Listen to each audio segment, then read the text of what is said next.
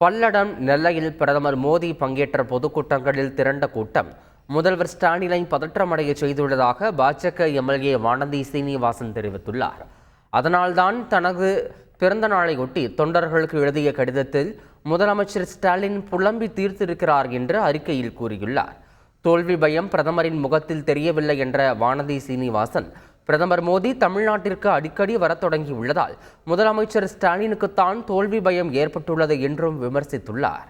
தனியார் பள்ளியில் படிக்காமல் அரசு பள்ளி, அரசு கல்லூரிகளில் படித்ததாக தெரிவித்த திமுக எம்பி ஆர் ராசா, அர்ப்பணிப்பும் முயற்சியும் இருந்தால் அரசு பள்ளி மாணவர்கள் பிரதமராக கூட வரலாம் என்றார். 3 முறை மத்திய அமைச்சராக இருந்தாலும், வாஜ்பாய் அவர்கள் பிரைம் மினிஸ்டராக இருக்கிற போது நான் அமைச்சர், தேவகவுடா அவர்கள் இருக்கிற போது நான் நாடாளுமன்ற உறுப்பினர், அதற்கு பிறகு மன்மோகன் சிங் முதலமைச்சர் பிரதம அமைச்சராக இருக்கிற போது 2 முறை அமைச்சர். இத்தனை பெருமைகளையும் பெற்ற நான் தனியார் பள்ளிக்கூடத்திற்கு ஒருபோதும் போகாமல் அரசு பள்ளிக்கூடத்திலேயே படித்தேன். தனியார் கல்லூரிக்கு போகாமல் அரசு கல்லூரியிலேயே படித்தேன். அரசு பள்ளியிலே படித்தாலும் நீங்களும் டாக்டராக மட்டுமல்ல, இன்ஜினியராக மட்டுமல்ல, ஏன் ஒரு நாளைக்கு பிரதமராக கூட வரலாம், மத்திய அமைச்சராக கூட வரலாம்.